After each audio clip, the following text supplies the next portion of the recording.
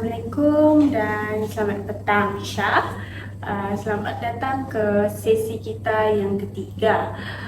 Sedar tak sedar, hari ini merupakan sesi terakhir yang dijadualkan untuk kita bersama membincangkanlah isu yang Syah hadapi sebelum-sebelum ini dan yang Syah alami lah.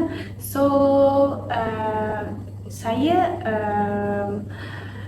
minggu-minggu ni sangat sibuk, so saya minta maaf sangat, baru dapat selesaikan tugasan saya dan membuat tarikh yang sesuai untuk kita berjumpa. Okey, Syak sendiri apa khabar pada minggu ni?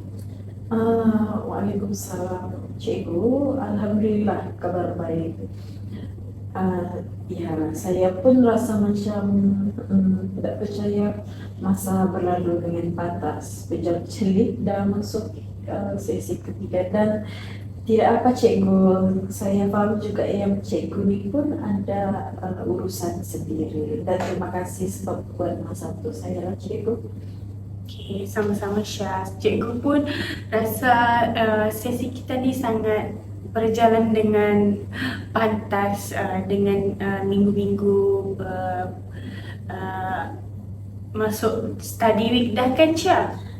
Betul tu cikgu. Okay, Alhamdulillah. Memandangkan sesi ni sesi yang terakhir, kita ingin lihatlah sejauh mana perkembangan Syah dan bagaimanakah keadaan emosi Syah dan pemikiran Syah sepanjang minggu ni, terutamanya apabila selepas cikgu bagi tugasan kepada Syah, iaitu meletakkan telefon bimbit Syah di dalam beg semasa kuliah dijalankan. Mengenai tugasan tu, sejujurnya 2 hari pertama tu saya rasa agak gelisah jugalah cikgu. Tangan tu macam ada je automatik rasa nak selup beg dan mencapai telefon. Tapi masuk hari ketiga dan seterusnya, perasaan risau tu bila perasaan risau tu datang, saya paksa diri ingat balik pemikiran rasional yang kita bincang sesi sebelum ni lah, iaitu nilai diri dan prestasi akademik saya tidak ditentukan oleh kelajuan dia membalas mesej. Selepas saya konsisten buat macam tu, saya mula rasa tenang. Malah saya dah boleh mula menyalin nota kuliah dengan fokus mula macam dulu tanpa gangguan apa-apa. Okay, Alhamdulillah. Itu adalah satu perkembangan yang sangat luar biasa yang kita boleh capai selepas 2 sesi yang kita jalankan. Okay, Syah sendiri telah membuktikan yang diri Syah bahawa yang pemikiran dengan menukar pemikiran yang tidak rasional kepada pemikiran yang rasional, iaitu tingkah laku cemas dan asyik memegang telefon, memeriksa telefon, itu dapat diubah sendiri Syah. Okey, jadi Syah melihat sendiri bagaimana tekad Syah membuahkan hasil selain daripada fokus di dalam kelas. Apakah kesan-kesan positif yang lain yang Syah rasa dalam rutin harian Syah pada minggu ni bertambah baik?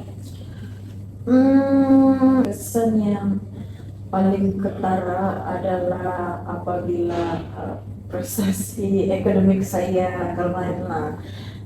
Sebab kemarin kami ada kuis maju untuk subjek bahasa Inggris.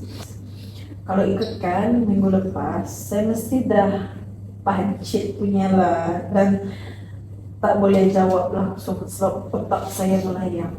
Tapi kemarin saya rasa puas hati sangat sebab saya boleh jawab dengan tenang. Kebolehan saya untuk mudah memahami pelajaran tu rasa macam dan kembali semula. Sukan bola tampar saya pun berjalan dengan lancar, alhamdulillah.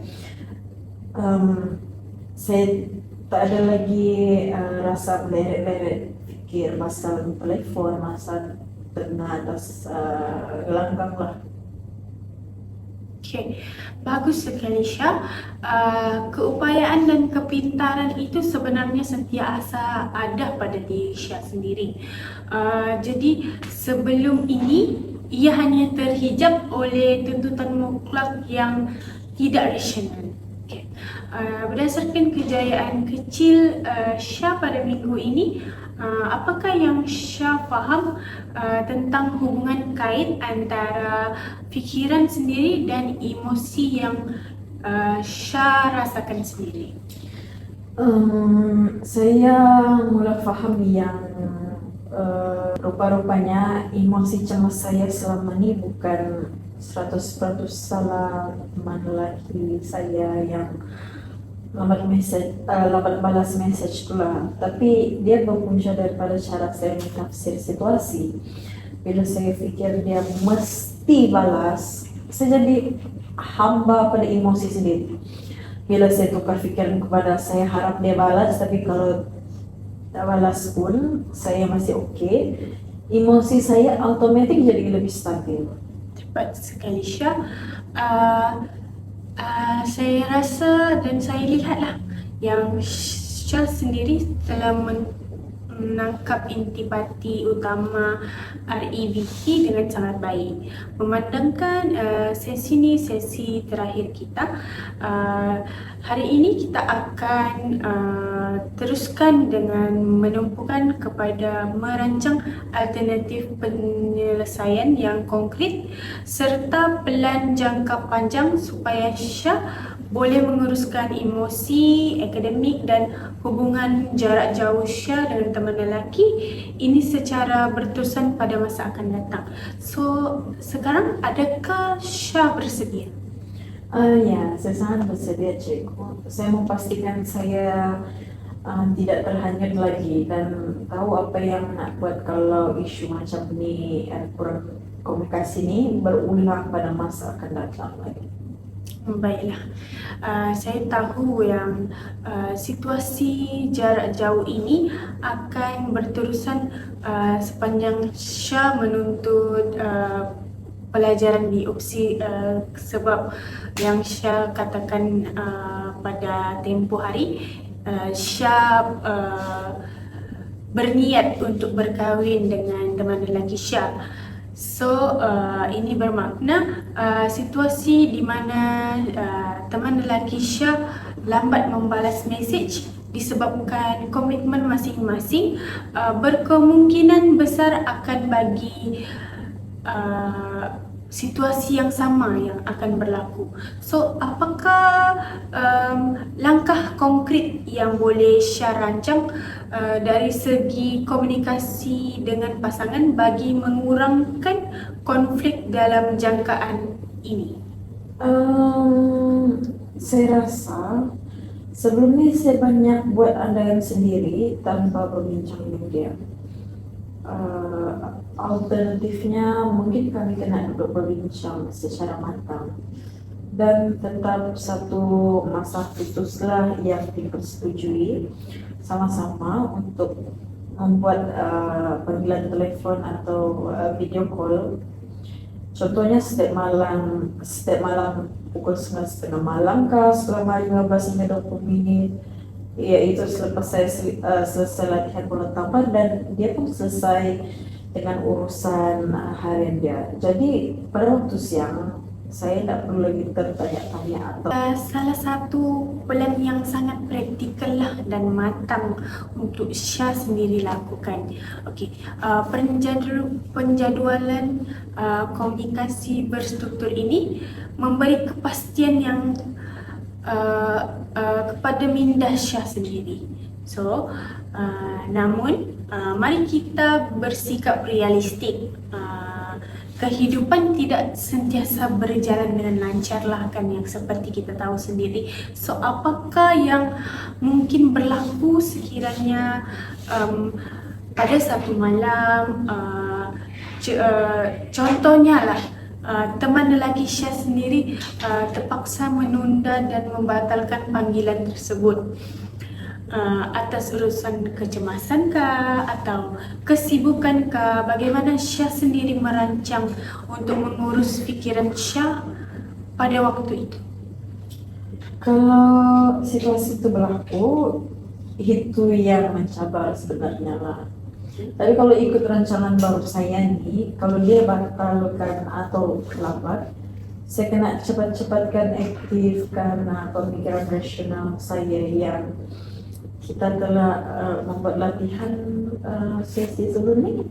Saya kena cakap pada diri saya, dia lambat bukan sebab dia dah tak sayang atau sengaja nak abaikan saya, tapi sebab dia ada komitmen yang tak dapat dielakkan. Saya tidak boleh paksa dunia atau dia ikut kehendak saya setiap masa. Dan mungkin daripada ialah saya duduk melayan perasaan sunyi di bilik, lebih baik saya alihkan tenaga saya kan. Saya boleh guna masa itu untuk telepon ibu saya kan, menanyakan kabar beliau atau siapkan tugasan kuliah yang ada. Luar biasa Syah.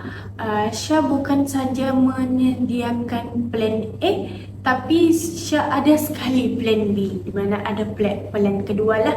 So Syah menyebut tentang menelpon ibu. Okey, memandangkan sebelum Syah menyatakan kepuasan, sebelum ini Syah menyatakan kepuasan sokongan keluarga adalah 10/10 dan ibu adalah orang yang signifikan di dalam hidup Syah sendiri. So sejauh manakah hubungan dengan ibu ini dapat membantu rasa kosong di kampus yang apabila Syah sendiri cakap yang teman lelaki Syah sibuk? Sangat membantu ibu. Ibu saya sentiasa ada tenaga positif. Bila saya dengar suara ibu, saya rasa macam balik ke rumah. Saya sedar bila saya sibukkan diri bersenang dengan ibu atau fokus latihan suka dengan kawan-kawan, saya kurang fikirkan pasal telefon. Saya rasa diri saya lebih dihargai dan kembali yakin. Sokongan ibu adalah realiti yang utuh. Manakala kerisauan saya tu terhadap pasangan saya hanyalah ada yang dalam kepala saya saja. Okay, baik. Sebentar ya Syah. Okay.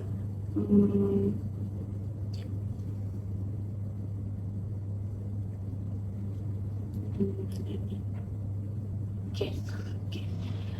Satu kesedaran yang sangat mendalam. Sekarang mari kita lihat sudut yang lebih mencabar. Bayangkan satu hari nanti Syah dalam keadaan yang sangat penat, tugasan universiti bertimbun dan pada waktu yang sama teman lelaki Syah langsung tidak membalas chat Syah berjam-jam. So dalam keadaan fizikal dan mental yang sangat lemah seperti itu, pemikiran yang lama seperti pemikiran yang tidak rasional itu mungkin akan menyerang semula. So bagaimana Syah mengendalikan situasi emosi tersebutlah? Betul juga. Itu cikgu. Waktu penat lah biasanya emosi kita paling rapuh. Saya rasa kalau situasi itu berlaku, saya tidak boleh paksa diri saya untuk jadi super rasional dalam sekejap mata. Alternatif tindakan saya, mungkin saya perlu berikan diri saya ruang untuk tenang. Saya akan letakkan telepon saya jauh-jauh, ambil wudhu, baring sekejap atau dengar musik yang menyenangkan. Saya kena ingatkan diri saya juga yang Syah, awak cuma tengah penat. Sebab tu awak rasa sensitif. Perasaan cemas ni cuma sebentar saja. Dia bukan fakta yang hubungan awak akan hancur. saya kena pujuk diri sendiri saya lah sebelum saya bertindak melulu hantar message marah atau merajuk dekat dia. Saya sangat kagum dengan strategi self shooting out yang Syah rancangkan. Itu menunjukkan yang tahap kematangan emosi yang sangat tinggi. So, Syah sedar yang keletihan fizikal boleh menjejaskan logik. Jadi Syah mengambil langkah melambatkan gerak balas.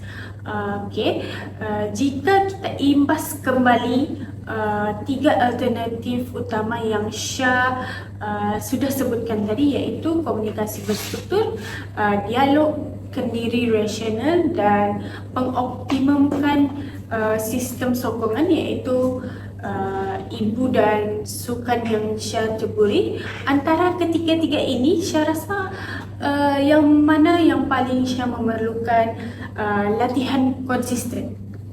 Mestilah yang kedua tu, cikgu, dialog kendiri rasional.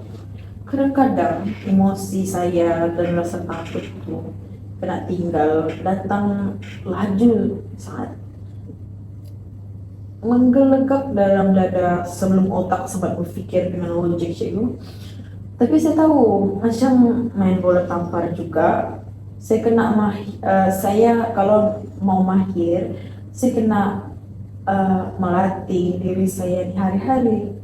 Saya kena biasakan diri mencabar pemikiran sendiri sampailah dia menjadi satu tabiat otomatis. Benar, Syah. So, dalam REBT ini kita melihat pembentukan fikiran yang rasional seperti otot fizikal. Ianya memerlukan latihan yang tegar yang secara berulang-ulang. So, pemikiran tidak rasional yang sudah bertahun-tahun bersarang dan tidak akan hilang dalam sekelip mata lah. Tetapi dengan usaha yang konsisten, Syah pasti dapat menguasai. Dan seterusnya, bagaimanakah Syah sendiri melihat teman lelaki Syah sekarang jika dibandingkan dengan pandangan Syah yang dalam sesi pertama dahulu?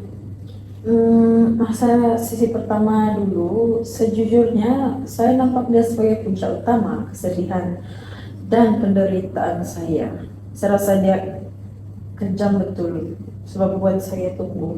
Tapi sekarang bila saya sudah mula berfikir dengan rasional, saya nampak dia sebagai seorang manusia biasa yang ada juga limitasi, ada juga tekanan kerja dan ada juga kesibukan sendiri. Saya berhenti meletakkan beban di bahu dia untuk buat saya bahagia setiap masalah. Bila saya ubah cara saya pandang dia, saya rasa satu beban besar di kepala saya ini hilang. Hubungan kami pun terasa lebih sihat sebab saya tidak lagi bertindak macam kanak-kanak yang menuntut perhatian tanpa henti. Satu transformasi pandangan yang sangat adil dan matang daripada Syah. Syah tidak lagi meletakkan tanggungjawab kebahagiaan kendiri di tangan orang lain. So, mengenai perubahan positif yang Syah lalui sepanjang 3 sesi ini, adakah Syah berkongsi apa-apa perkembangan dengan ibu Syah atau teman lelaki Syah sendiri? Dengan ibu dia, kemarin masa saya telepon ibu ada tegur yang suara saya kedengaran lebih ceria dan bersemangat. Tidak macam minggu-minggu lepas yang asyik saya lemau dan mengeluh. Ibu kata dia bangga tengok saya dah boleh skor kuis dan aktif balik sukan. Tapi dengan teman lelaki saya belum cerita secara formal lah. Cuma kemarin ada sekali dia lambat balas. Saya tidak hantar message marah-marah, sudahlah. Saya cuma balas, okay, just take your time. Saya pun tengah fokus siapkan assignment ni.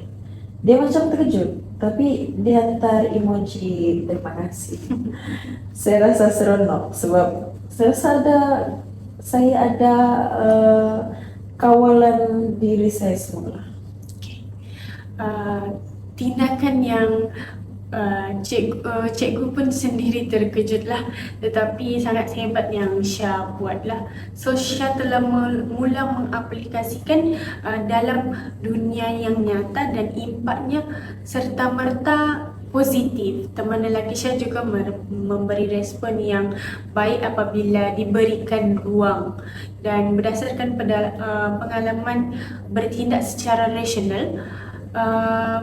Apakah perasaan yang timbul pada hati Syah kemarin apabila Syah berjaya memecahkan rantaian tingkah laku lama yang merosakkan itu? Rasa puas sangat cikgu. Rasa macam aku boleh rupanya. Sebelum ni saya ingat saya akan mati kalau dia tidak balas message saya. Tapi bila saya pilih untuk buat assignment dan biarkan dia dengan urusan dia sendiri, saya rasa maruah diri saya lebih tinggi. Saya tidak mengemis perhatian dia lagi. Saya rasa lebih berdikari dan bebas daripada belenggu fikiran negatif sendiri. Okay, Alhamdulillah Syah. So kata-kata Syah itu menunjukkan satu ajakan paradigma yang sangat besar. So sekarang mari kita buat rumusan keseluruhan sepanjang 3 sesi bersama. So Syah datang ke Dewan Konseling ini pertama dengan beban emosi yang sangat berat, rasa cemas, gelisah, sedih dan asyik menangis. Sedangkan kebolehan akademik terganggu dan hilang fokus akibat isu komunikasi dalam LDR. So pada hari ini, pada sesi ketiga ini, Syah berdiri di sini sebagai seorang pelajar yang kembali fokus, mendapatkan keputusan yang baik dan merupakan atlet yang aktif semula. So individu yang tahu membezakan kehendak dan kehendak yang munasabah dan tuntutan mutlak yang tidak rasional. So apabila Syah melihat carta perubahan diri Syah sesi pertama sehinggalah hari ini, apakah refleksi sendiri yang Syah dapat lakukan tentang diri Syah sendiri? Refleksi yang paling bermakna bagi saya ialah saya sedar yang kekuatan untuk berubah tu sebenarnya ada dalam diri saya sepanjang masa. Cuma selama ini saya tidak tahu cara nak gunakan dia. Dulu saya ingat teman lelaki saya ni yang pegang kunci kebahagiaan dan masa depan akademik saya. Tapi sekarang saya tahu kunci itu sebenarnya ada dalam genggaman tangan saya sendiri. Saya yang pilih mau buka pintu cemas atau pintu tenang sebenarnya. Sesi konseling ni dengan cikgu dah bantu saya nampak kompas untuk urus hidup saya dengan lebih baik. Kata-kata yang sangat menyentuh hati daripada Syah sendiri. So syarat dengan celik akal. So Syah memang seorang yang sangat yakin diri, rajin, bijak. Saya pun sedikit tidak meragui kemampuan Syah sendiri untuk mengekalkan kecemerlangan akademik dan terus menyumbang bakat dalam sukan bola tampar serta bowling di UPSI ini. So Syah adalah noda kapal emosi yang ada pesanan yang paling penting dalam formula REBT yang kita akan pasak di dalam minda Syah sendiri. Saya akan sentiasa ingatlah formula ABCDE itu cikgu. Bila masa saya rasa cemas disebabkan sesuatu peristiwa, saya akan terus tangkap dan semak kepercayaan. Saya akan tanya diri sendiri, Syah, adakah ini kehendak atau tuntutan mutlak? Saya akan cabar pikiran bukan itu sampai saya dapat pemikiran yang lebih efektif dan rasional. Saya tidak akan biarkan emosi memandu tindakan saya secara melulu lagi lah. Okey, Syah sudah bersedia sepenuhnya untuk terbang tanpa lagi sesi konseling yang untuk sesi-sesi akan datang. Dalam kehidupan ini, kita tidak boleh mengawal tindakan orang lain, cuaca atau kesesakan jalan raya sekalipun secara mutlak. So, satu-satu perkara yang berada di bawah kawalan penuh Syah adalah bagaimana Syah sendiri memikir tentang situasi tersebut. So, peganglah kunci kawalan kendiri ini erat-erat. Cikgu bangga dengan evolusi Syah sendiri dan daripada seorang yang rapuh minggu lepas kepada seorang yang berjiwa besar dan ketat dan matang pada hari ini. Terima kasih banyak-banyak Cikgu. Terima kasih karena sudah mendengar, membimbing dan memberi saya ruang dan tidak membuatkan saya rasa dihakimi sepanjang 3 sesi ini. Bimbingan Cikgu ini betul-betul mengubah cara pandangan saya terhadap fasa hidup saya sebagai seorang mahasiswa inilah. Saya rasa lebih bersedia nak menghadap semester-semester akan datang. Saya doakan Cikgu sentiasa dipermudahkan urusan untuk bantu lagi ramai pelajar yang butuh macam saya dulu. Okay. Amin. So, terima kasih atas doa yang sangat baik. Itu adalah satu penghormatan dan pengalaman yang bermakna bagi saya sendiri menjalankan sesi bersama Syah, dan dalam tempoh transformasi ini, ingat, ini adalah 100% hasil usaha, keberanian dan kejujuran Syah sendiri untuk berubah. Pintu di ruang konseling ini sendiri sentiasa terbuka untuk Syah bila Syah memerlukan perbincangan atau pertolongan pada masa akan datang. So, oleh itu dengan rasminya saya menamatkan sesi kita pada hari ini. Saya mendoakan Syah terus cemerlang dalam akademik dan terus menuai kemenangan dalam sukan-sukan yang Syah ikuti sendiri, dan Syah dilimpahkan kebahagiaan yang hakiki dengan keluarga dan orang-orang tersayang. Amin ya Allah. Terima kasih sekali lagi Cikgu atas segala-galanya. Saya minta undur diri dulu untuk ke Dewan Kuliah bagi kelas seterusnya ya Cikgu. Assalamualaikum. Waalaikumsalam. Selamat maju jaya Syah, dan jaga diri, jaga fikiran dan hati-hati berjalan ke kelas.